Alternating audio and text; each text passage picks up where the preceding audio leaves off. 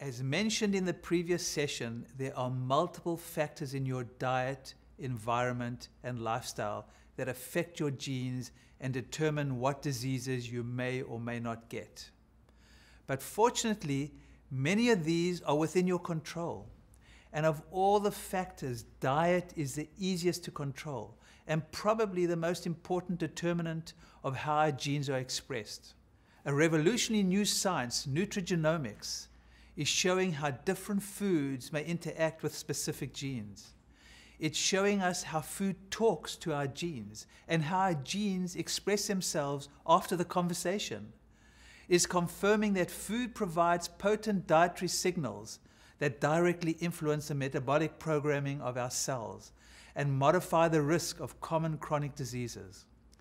It is telling us that food is information, that it contains instructions which are communicated directly to our genes. Eat the right foods and they will send instructions to your genes for good health. However, at the same time, eating the wrong foods send messages for disease. What Nutrigenomics has revealed is that there is so much more to food than just the nutrients we have discovered so far. Real food is packed with thousands of compounds which have a complex and dynamic relationship with one another and your genes.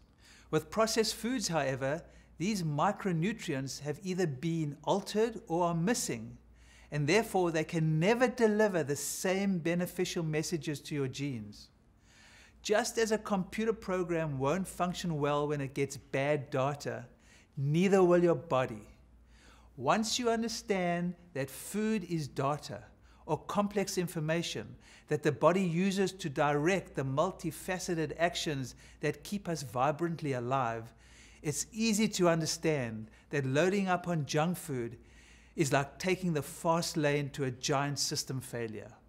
Foods loaded with sugar and trans fats and chemicals, and foods processed beyond recognition are simply bad data for human consumption.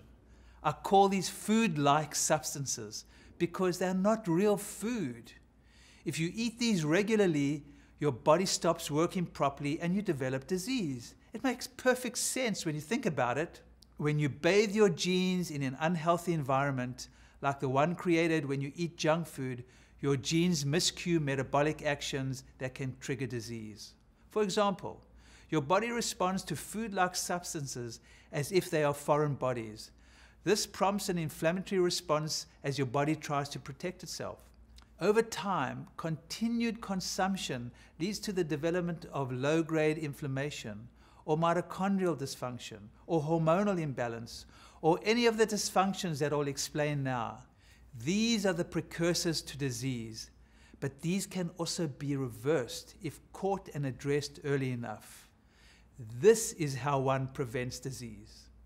Bottom line, the food you eat affects the functioning of your genes, which will determine whether you develop a disease or not.